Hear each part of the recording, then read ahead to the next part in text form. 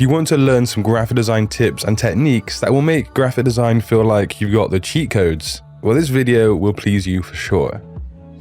The very first thing that feels like cheating in the game of graphic design is something to do with color. Let's say you're designing a sports logo or a poster, and whatever it is, you pull up a Nike campaign or some other design or media that inspires you. When it comes to creating a color scheme from the inspiration, most designers might grab the red, the black, and the white, and they think, well, that's a trick. Even software like Adobe Color has this feature built in, right? But here's the thing. One of the reasons things work so well on this kind of example is because the red barely shows up on that design. It's doing maybe 5% of the work color-wise. The rest is pretty much neutral. So instead of sampling the colors exactly, screenshot the image and ask a simple question. What ratios of colors are being used on this design? And you can even drop the image into AI and ask for yourself. But then once you actually have those color ratios down, you can take your own colors for a completely different palette and apply the same ratio. And then you can go ahead and apply the color psychology that's really needed on every single design. For example, in a luxury brand, most of the design stays muted and neutral to signal restraint and confidence, while a tiny amount of gold or warm accent is actually used sparingly. And this is so it feels intentional and also, of course, valuable. It's the same colors, but if that accent shows up too often, the brand instantly will feel cheap instead of premium. Quite a simple change with a big impact. And moving on, I know a lot of designers spend a lot of time and energy on choosing typography, or maybe at worst pulling out their hair out of their heads in frustration. Instead, try this easy little cheat. Take for example a landing page headline, the subheading, the body text, and a CTA. Many designers will immediately think, okay, I need a headline font and then a body font separately, which is fine of course. A lot of the time I do that all day long.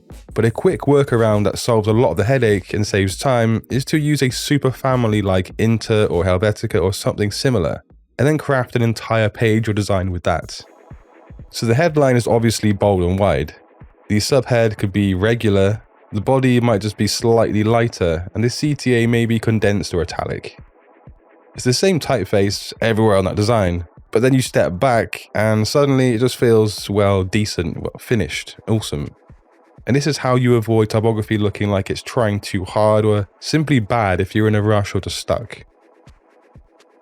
The next one is pretty subtle, but once you start using it and understanding it, it does feel like cheating. So instead of adding more visual difference on a design, you do the opposite. You pick one shape or one style logic and then repeat that thing everywhere. So it might be the same corner radius, it might be the same angle, the same curved language, and then on buttons, cards, icons, highlights, even small UI details if they exist. Nothing new will get introduced unless it follows the same rule.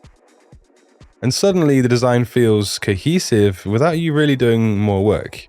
It's that whole adage of work smarter, not harder. And most designers, they over-design because they think a variety equals interest, when in reality consistency is what makes something feel intentional.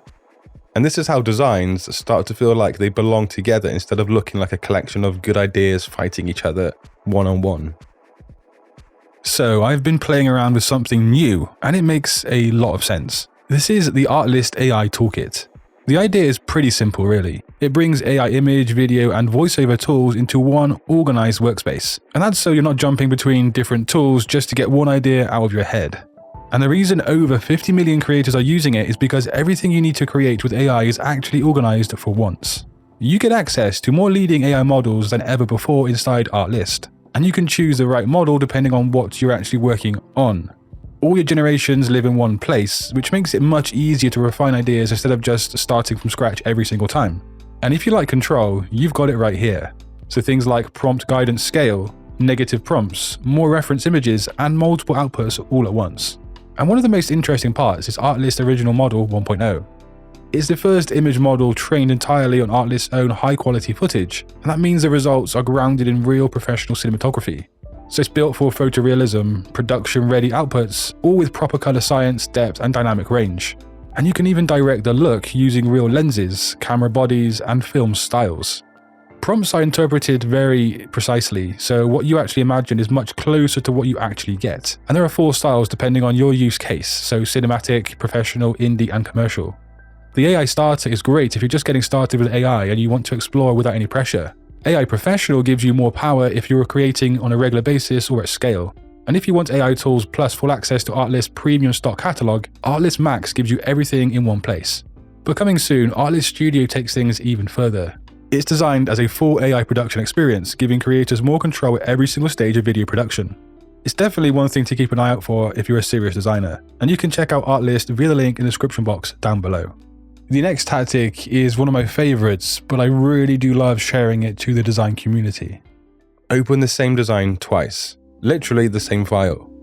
One window lives zoomed all the way out, something like 10% maybe. That window is only for hierarchy and overall compositional insight. The other window stays zoomed in, maybe 200%, 300, whatever works for you at that time. And this is where you handle spacing, kerning, alignment, and so on. Now, as you start working on the zoomed in window, you can see how the design looks as a whole zoomed out. Things that might normally slip through the net just kind of jump out at you right away. And once you work like this, going back to one window feels slow and frustrating and like something from the Stone Age workflow. The next design tactic that feels like cheating is a big brain move. It can work on anything, but it works especially well for logos and brand identities. Before sketching anything or moving a single pixel around on a screen, write multiple sentences. This brand is not playful, or something like, this brand is not aggressive, and so on. Now, when you start designing, half of your quote-unquote bad ideas will disappear immediately.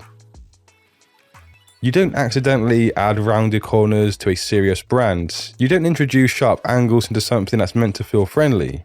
A lot of bad design isn't wrong because it lacks creativity. It's actually wrong because it's just well confused. And this clears up the confusion before it hits the canvas on your screen. Every design choice you make, from color scheme creation to font selection and textures and so on, can be run through this method. So ask if the decisions do actually correspond to the sentences you choose or not. For the next tactic that feels like cheating, you need to actually have this mindset in your head. How graphic designers look at designs is very different on how the average person on the street or in a coffee shop looks at a design. Consider someone scrolling on their phone at night, half tired, brightness turned down. That's who you're designing for. Not someone zooming into your dribble shot and actually analyzing your kerning at the micropixel level. When you consider that you are designing visual communication for people who do not have a background in design, engagement goes up immediately and you make a better choice in general. This one is painfully simple, yes, which is why most people kind of ignore it, but it can work wonders to your workflow and final design outcomes. If you haven't got your fill of graphic design content with this video, just click another one on screen, but until next time guys, design your future today. Peace.